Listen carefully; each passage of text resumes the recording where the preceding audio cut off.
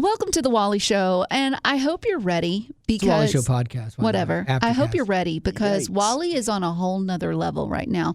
We just got done with the show, and then he looks at me and he's like, "All right, you ready to do the Aftercast?" And I'm like, "No," but I was saying no because Gavin literally was not in the room, and I still don't know if you even noticed that. I knew he would be here. So Yeah, that's Gavin, one that you could just bank on. Just give me 30 seconds and I'll be back. Gavin has a sixth sense. Like when we start something, and I know he'll come sliding in here. Yeah, but I will too. Yeah. And you won't start without me. Well, You're a smidge more important than I am. Oh, that just made her feel so good.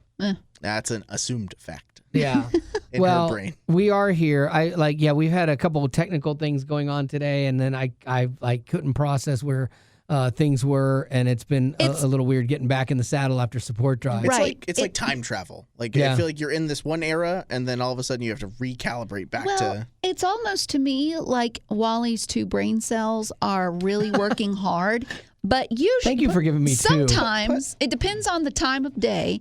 But magnets, if they're opposites, they'll connect. Okay, This is a but good analogy. today his two brain cells are the same. Yeah. And you know how you're trying to put those two, They're repelling. it won't work. So I feel like that's today. Yeah, like there are thoughts that are going in Yeah. and not coming out. It's because I have a lot of things on my plate right now, and I am not drinking coffee to stay focused. And That helps you stay focused. Yes. Well, but Coffee helps me. You had, probably like 5 to 7 in the span of a Friday to Sunday. I think I only did 4. Well, then because one of those I threw out. We'll get to that in a second. 5. Yeah, we'll get to that in a second. But yeah, like I need to lose 5 pounds for the wedding, for my daughter's wedding, and so I'm like serious about it. So like I back to restricting my calories and things like that, and so I'm a little like loopy right now. Like what in the world? It's the hunger It talking. is the hunger It's talking. tough, man. If there's any hangry that comes out, how much weight have you lost, Gavin? Oh, altogether, Yeah. 28 now. Good for you, man. That's a lot. That is a lot. Good for you. Yeah, I'm just trying to get like this last 5 off, but I only have 5 weeks to do it. It's the hardest. And so I'm like, I want to do it in 2 weeks, instead of 5. But that always leads to bad things for me. But then you could add it back on in another 2 weeks. Like, I know. just do a pound a week. I know. That seems like a good idea. How hard is that? Well, it's hard because my wife is the devil. So, yeah, I called her that the other day too. I said, "El Diablo, get thee behind me." So we were driving around, and she starts talking about, "Oh, Cane's would be so good." Because I'm like, "Okay, we're gonna go home. Sounds good I've got now. 83-cent ham that I get at Walmart. I'm ready to go. It's a 4-point sandwich."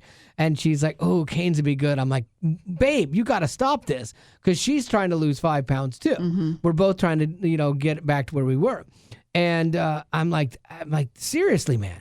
And so she throws out other options, and then we go to Costco, and then Costco is like the deal. There's nothing good there. no. Calorie wise. No, and so she goes, "Well, we could eat at Costco since we're here." I'm like, "Man, come on!" Like when I go in, I go all in. Like, Does she get angry with you when you're like, no? No, yes, she does. Like if I tell her no, like the donuts and stuff, she's like, "Oh, bud," and so I'm like, she calls me bud. But it's like when I go all in, I have to go all in. I got to stay. Like she can eat a cookie and be fine. Like, and she won't eat 10. Mm-hmm. I'm not you wired have no that way. self-control. I did that. When it comes to that, like I definitely know that I have like an addictive personality, and so I have to watch that. So like for example, my I didn't diet. Okay, it's where I could go and eat a pizza, but I didn't eat the whole pizza. I just ate 4 slices of it. But that other part of the pizza, lot of I've either got calories. to put it in a box and put it off the table so that my eyes tell me you are done. Or like yesterday, I went to Costco, I got the hot dog. It's 7 Weight Watchers points. I cut it in half. I ate 3.5 points, and then I threw the rest of the hot dog That's away. so wasteful. And I get that. But here's what happens. If I leave it on the table, I go, "Oh, I'll just take another line of bites off of it." And so now it's a quarter. And then you're like, now it's an eighth. And now you're like, I got to finish it at this point. So like I have to get it away from me. And so that's what I did. So I stayed inside of my points yesterday. But, and I'm trying not to make this a thing where you guys are like, "Oh, I'm going to dread the next 5 weeks." Well, it's kind of like what we were talking about in my news this morning, if you listen to the podcast, we talked about those red flag hobbies. And we talked about how when someone is in CrossFit, there's a lot of, they come across as that's all they want to talk about. And they want to toot their own horn. And I feel like there is a similarity with dieting, for sure, in there, because we will not stop hearing about it. No, I'm trying not to. But this is just for the Aftercast. But like, I'm trying not to talk about it a lot. I just want to surprise you one day. You literally, I came in here. Yeah. Okay. And you were eating something. You came back in the studio, and I said, "Oh, what are you eating?" Peanuts and raisins. I'm just being kind. Yeah. Just being, curious about your life. Yeah. And you said to me, "Peanuts and raisins, it's healthy, something you wouldn't understand." Yes. Yeah. You literally said those words. I do love how. See, it's already getting into your head. Yeah. I do love how people that make like a life change automatically treat everybody else like garbage. Oh my goodness. It's hard not to. Love it so much that he's doing it. I did it as a joke, but we had a guy on my old show when I worked at 99X in Atlanta that had a little bit of like a drinking problem. And so he would go on these things where he would go to get healthy. So he'd stop drinking and he would start eating right. But he became the most judgmental person of everybody else that was still eating badly or still drinking or whatever. And then and we always knew it was a cycle, and he would fall off that wagon, he'd be back in it, and he'd be tolerable again. And so like I do understand like how that plays out. So I do not want to be that. Like, so I like when I talk about stuff, I'm kidding around with that stuff because I have no moral high ground to stand on when it comes to dieting and eating right. I'm just trying to survive this thing. I think what I'm going to do is I'm going to come in with a sleeve of Oreos every morning. I'm just going to eat them in front of you. It might make me though. That's good though, because like a lot of times if you have a goal, when you have an enemy, then you can you can rise above that. Like when my wife like gets weak on things, it emboldens me. So like when she's like, "Oh, I just really want canes," it emboldens me to be like, "Absolutely not." It strengthens my resolve to not give in. I'm going to test it though, because I'm going to drop an Oreo on the floor and then I'm going to be like, "I don't want that. It touched the floor." Not going to lie, I ate a piece of Oreo cookie off the floor last night. Gross. Yeah. It was at my house. Yeah. I don't care. You wear your shoes constantly around the house. Yeah. So when we like our system that we do is we have lunch or dinner or whatever, and then we each do 2 Oreos. That's it. That's dessert, 2 Oreos. And so I'm eating my Oreo and a little piece of it fell off on the floor. I'm like, I'm not letting that go. That happened to me during support drive when we had like tater tots one morning, and one of them, and it was a good one, perfectly covered in cheese. Yeah, and it hit the floor, and I was like, I know, I was like, I can't eat, but I was so sad about it. I know. But Gavin then you ate didn't it. even finish your tater tots. Yeah. I know. I offered them But that to was Wally. the perfect one. Like that's the thing. No, there's sometimes there's it that was my perfect dessert bite. exactly, as Wally would say. And then when you miss that and you're like, "Oh, everything's wrong today." Like it's kind of like, okay, so over the weekend I went to see our triplets, their birthday, my niece and nephews. And so we were there for Mother's Day, and then we came home Sunday.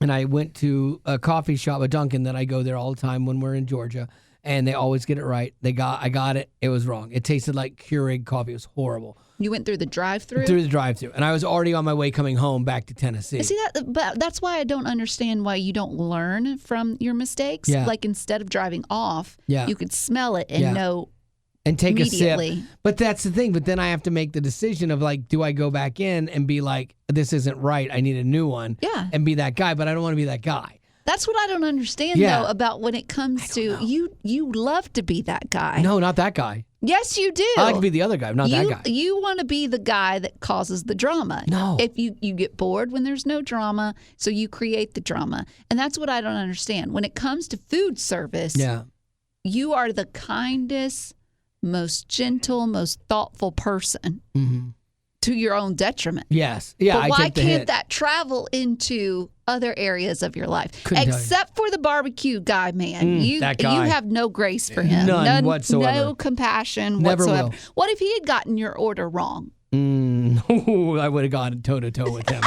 But this is like a 16-year-old girl, and so I drive off, And I get going down the road, and I'm like, it's not right. It's not right. My wife goes, well, there's another Dunkin' coming up. Do you want to stop there? I'm like, yeah, I probably will. Bless her for putting up with you. I think she would thought I was kidding because she didn't tell me where that other Dunkin' was, and we drove by it. And I'm like, it seems like we've been driving a while since that Dunkin'. And she's like, oh, you were serious? I'm like, yeah, I was serious. And so she's like, all right, there's another one up here 20 minutes away. So we drive up, and we're still on the path. That's right on the way home. Yeah. And so we go to this other Dunkin'. And I did a story about it. It's probably gone now on our Instagram. But I took my coffee in there. I wanted a visual aid for this presentation. And so I take it in there, and the girl's there, and she sees me holding a cup of coffee. She's like, what is going on? I'm like, can you throw this away from me? I got this at another Dunkin' away from here. Could you not have thrown it away yourself? No, I wanted to make a point. And I said... He wanted to butter her up first, okay? Yeah. Get his point across by buttering her up, knowing that I know you're going to do it right, ma'am. I'm like, the people incoming, for whatever reason, I said, pressure. I have a really specific coffee order, and I live for this. And I said, the people incoming got it wrong. And I don't know why. I don't know what went wrong, but it's wrong. And so here's what I need. And I really need this one right today because I got a long drive ahead of me. And she's like, okay, what is it? So I tell her the order, 6 caramel, 6 liquid cream sugar. It's really not that complicated. Yeah, it's not hard. And so as I hear her ringing it in and then telling the other girl, all right, make sure this one's good. I'm like, I always kind of thought that was an option, like never an option. It should all be good. But it came out and it was glorious. And so maybe the key is to go inside. Maybe. Well, it's what I do every time I pick up our order. Do you? Yeah, I don't do drive-through anymore. Yeah. I know You do the drive-through, when they're you- not paying attention. What? When you go through the drive-through, they're not paying attention. No, like you can make that eye contact. You're like 6. Yeah. 6. I went to the 7. drive-through at the Dunkin' here the other day, like during support drive, and waited for like 10 minutes. It was like, oh my gosh, you guys are at it again. I don't understand I want to buy one Dunkin' Donuts franchise and just run it and see if it's that hard. I think like that's your maybe it post-Wally is. show job. Maybe there's something like super hard about this that I'm not getting. Yeah, it seems like you just pump the syrup in and you just pour the Seems sugar simple. in. Now the problem is you got to get the people that care about it like that. That's always your problem is staffing. Like for fast food, getting people to care about your business the way that you care about your business when they're making, now it's better. 12, 15, 17 bucks an hour. And with a place like Dunkin', it's not necessarily like you're bringing people on that you're like, you're going to be here with me for years. Right. It's more than likely going to be Transient. people that are in a season of maybe it's their summer job, maybe it's their seasonal job. Like you're going to be in that revolving door, which I assume has its problems as well for managers. Yeah. Oh, for sure. Like that's your biggest problem is like if you look at the like managers here, I would venture to say that their biggest problem here is personnel. Mm-hmm. Like it always is. People come with drama. They come with baggage. They come with differing ideas and opinions. I think that's always the hardest part of any company is managing your people. You know what I really love about this conversation? What is it? Is that you are going back to your old habits. You go on your diet and you talk about food. I know. We are now almost 30 minutes into your whole coffee debacle. It's going to continue because then I went to Cracker Barrel like yesterday. What's a Cracker Barrel that you actually like? I didn't think you and Marty liked that I place. love their pancakes. They're my favorite. You literally had a beast, okay, which has an astronomical amount of sugar in it. And now you're stopping for pancakes? No, I got their fried chicken. We were in the mood for fried chicken. Okay. Yeah, and so honey, and so I went. My wife. This was later in the evening, and so my wife. This is the debate too. She's like, "Well, what would you like?" I'm like, "83-cent ham's fine with me. I'll just have popcorn then, I guess, because there wasn't anything for her." So I'm like, "Would you like me to go get something? I'll go get something." And so we split a chicken meal at Cracker Barrel. So she does the order for pickup. I take her phone, I go there, I get the rules. It's like, okay, tell us when you're here. Okay, I'm here. If you're not in a numbered spot, put your flashers on. And so I do all of that. And I wait 15 minutes. And I'm like, this just doesn't seem right. I was waiting so long that I actually checked out a new podcast and I got through a half the first episode because I was just sitting there waiting. And then I saw a guy get out of his truck, go get his meal, and come back. I'm like, no way. So I waited another 5 minutes. I'm like, there's no way. So I go in, and I'm like 25 minutes now waiting for this food to come out. And I go in, and it's packed in there, people waiting for their meals.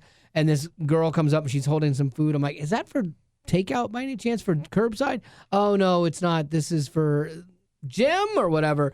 And she's like, "What's your name?" I'm like, "Wally." And she's like, "Oh, Wally, yours is right there."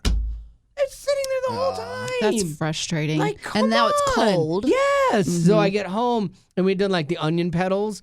And so the moisture in them, in the covered dish, now weren't they're no good. good. No, Yeah. they're wasted. And it's just like, again, people just don't tell me you're going to do something and then not do it. Like, okay, you're 30 minutes and then your food's going to be here, and then it just sits there. That really frustrates me. And Did you give him a hard time, or did you apologize? No, I and say- tipped. Oh, dude. Makes me mad. And like, because Do better. So you told them how they did. I was I actually reinforced good. it. Yeah, I reinforced it. You should be tipping me every single day. I know, because you don't do a good job, and then I should be telling you. Yes, no, because the problem is that there's just enough people like where I live that know me, and like know what I do for a living. So I can't act a fool. I can't be like, this is an outrage, I'm never coming here again, because there's always somebody who's like, hey, Wally, how you doing? And so it's like I would love to. In the inside, I was screaming. The inside, I burned that Cracker Barrel down. Like, there's your title. And so like it was bad, but then I'm like, all right. And it's funny because in the inside, that was my reaction. But on the outside, I was nice. I was very kind. I'm like, oh, okay, thank you very much.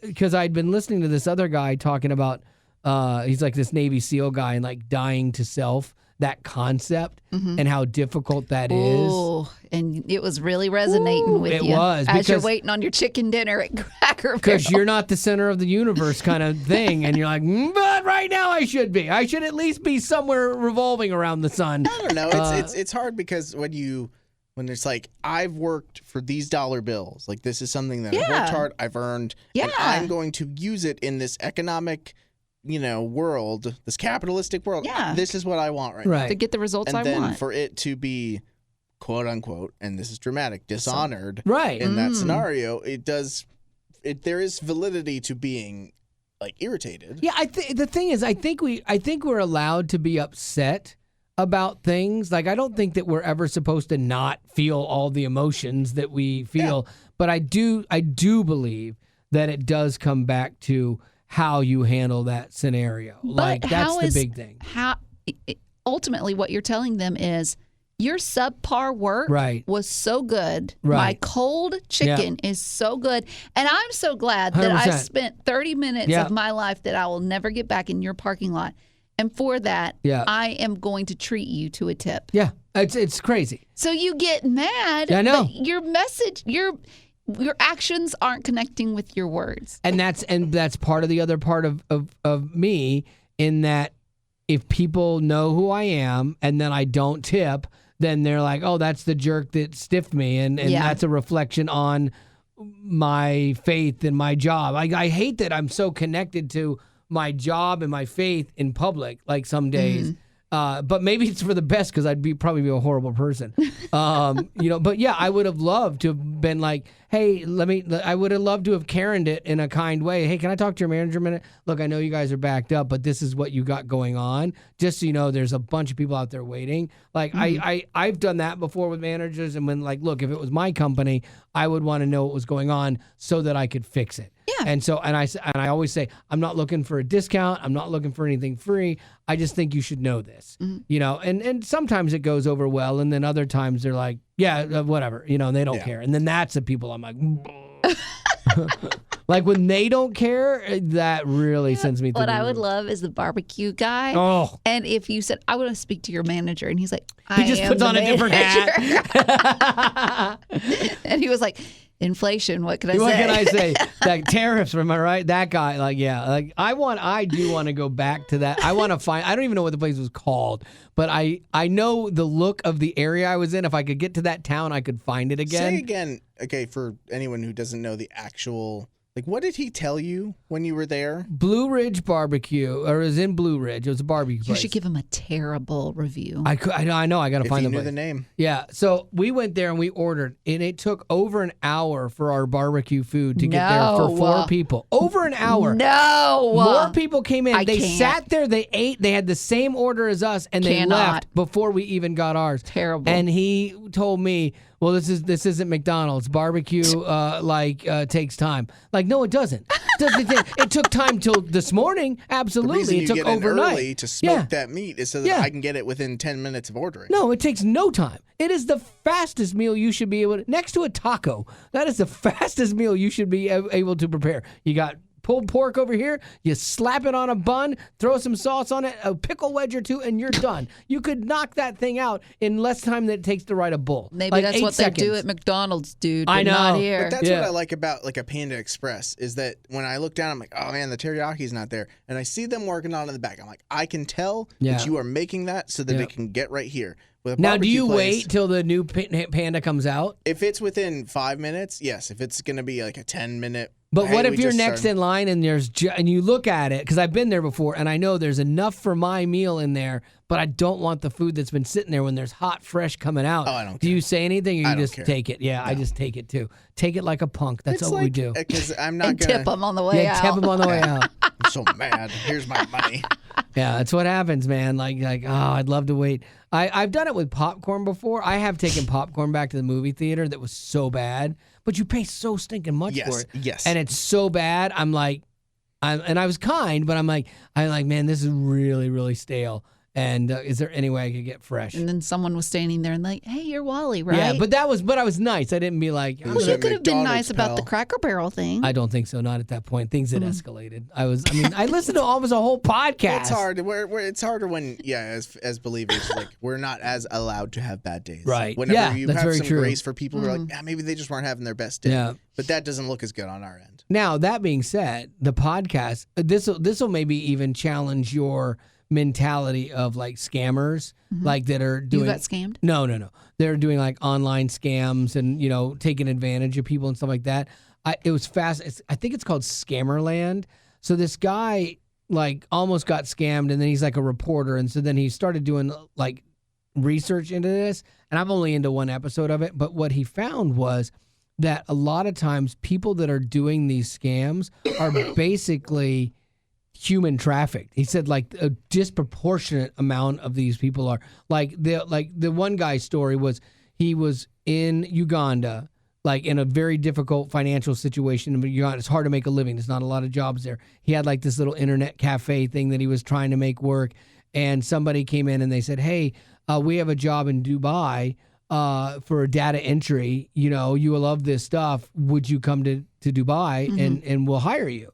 And so he's thinking he's just won the lottery for his family. And so he like sells because then they're like, yeah, but the only thing is you have to get there. So like there's sign number one. So he sold everything he had to buy a plane ticket to get there. So he gets on this plane, they pick him up, and or he wasn't going to Dubai. It was a country in East Asia. So he gets there, and they pick him up, don't say much, put him in a car, drive him for 6 hours. Ooh. So he has no idea where he is. He's in this car for 6. Hey, are we gonna be here soon? Then they stop, and then a guy with a gun gets in the car. Oh. And then they drive him another few hours, and then he's like, there's nothing I can do. And so then he tries to like talk. He's like, just let me out. I want to go. No idea where he is. So now they go to this holding like warehouse, and they keep him there till it's dark, and then they put him on a boat, and he's like, this boat looks like it's going to sink. They drive him across this river to another country where there's no regulations of things. And basically they are in these camps, in essence, that are armored guards, and this is what you're going to do. You're going to sit at this. They took his passport, took his phone, took all his stuff, and you're going to sit here and you're going to make these scam calls, and this is what you do now. And so he fought the first place. He's like, I'm not doing this. This is not what I signed up for. So they take him to another place that I guess in this world is like, this is a prison. And so they're beating him and being like, this is what you have to do. And so he's there and he's doing it. That's where I'm at now. Like, I don't know how he got free to tell this story. But the crazy thing was, it was like the numbers of people that are doing this because there's something on their families. There's something on, they've disconnected them from everything, and they don't have a passport. You can't even, and you don't even know where you are. He has no idea what country he's in. That's crazy. Much less like it's one of these like jungle, like Vietnam type countries. Like he can't get out of this, And so it's like, it's hopeless.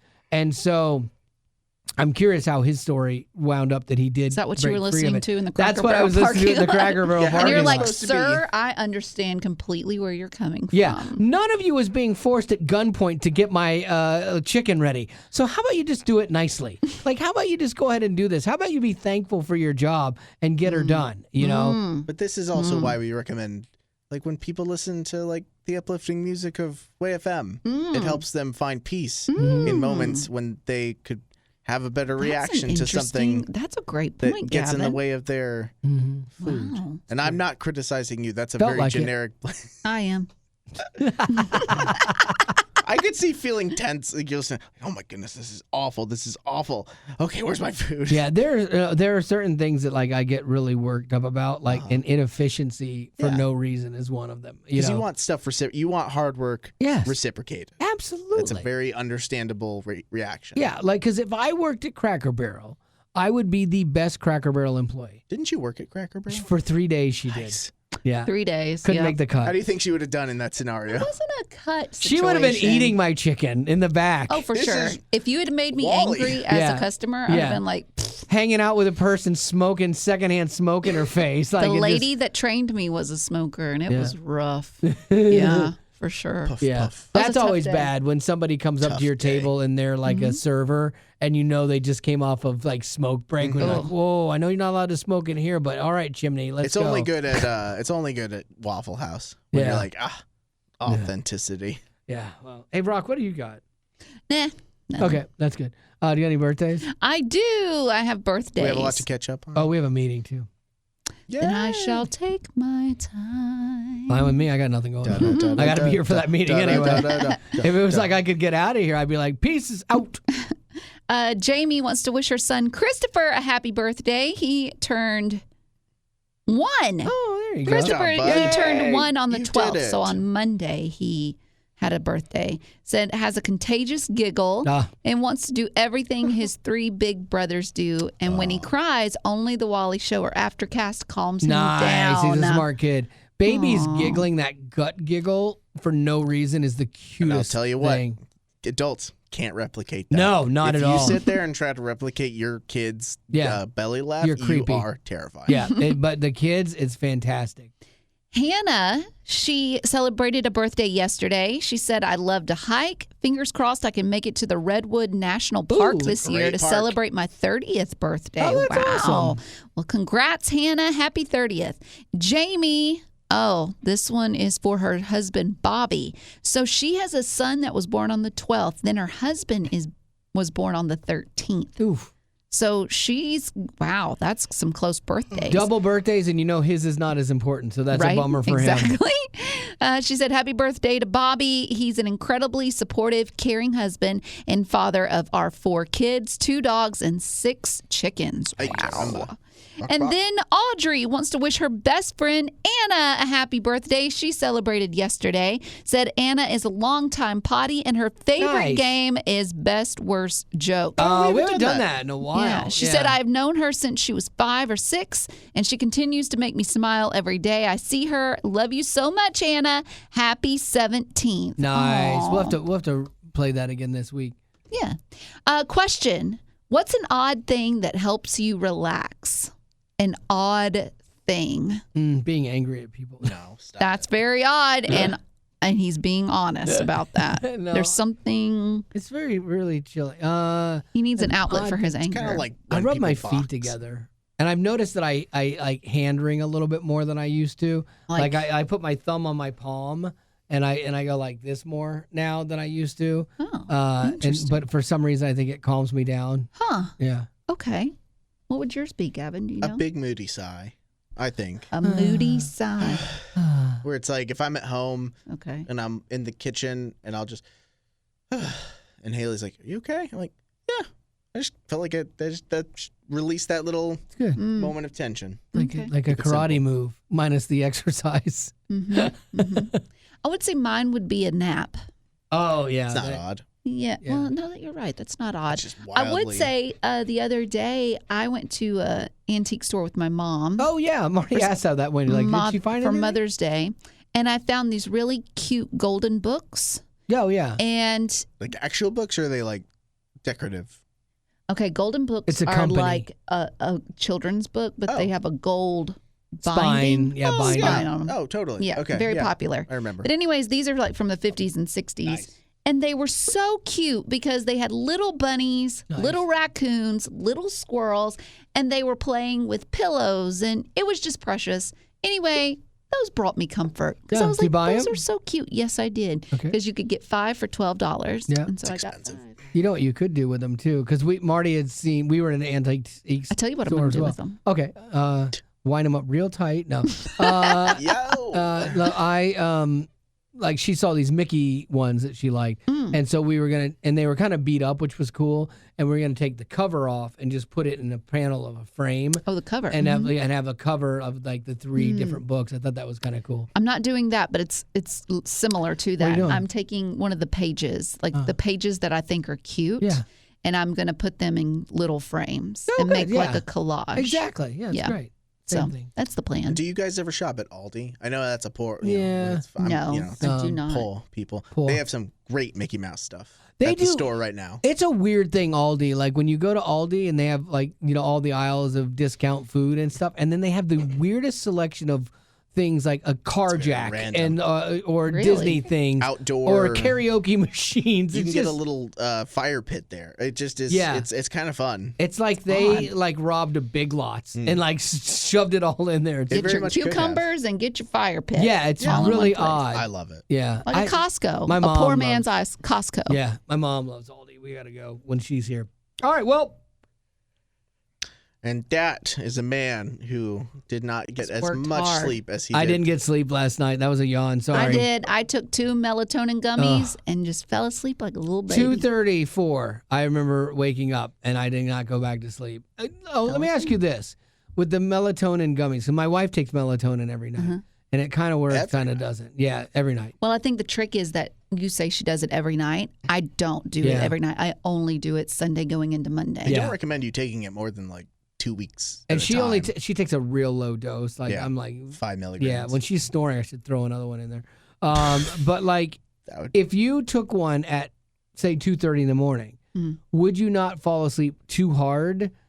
I don't Or- know because I've never tried that because I Yeah. was afraid that I would. Right. Like, So I think I NyQuil just does know. Yeah, I just know now. I think on the directions it even says give yourself 8 hours or That's whatever. what. Yeah. And so what I have just made up in my mind is that no matter if I feel like I need to take them or not, I'm going to take them Sunday night going into Monday. Right. Now, it changed a bit this week because we had Monday and Tuesday off. Right. And so I took them Tuesday night going into Because that's the same Wednesday. as a Sunday at that But it's point, always yeah. the first day of the week. So Yeah. You you that have to like night recalibrate your before- body to do You this do. job on Sunday into Monday. Bad. But then the rest of the day, hopefully you can recalibrate. You're so tired that And you then get back in. I would recommend taking it like you. But the thing is that you in general don't go to bed like at 8 or try to get 8 hours of sleep. You're at 9, 9:30. I'm 9. Yeah, like last night we stopped watching like a TV show that Marty wanted to watch, and it was 8:57. I'm like, oh, it's not 9 yet. So I started watching Ridiculousness. Great stuff. And so I can fast forward through Ridiculousness, which is a 22-minute thing,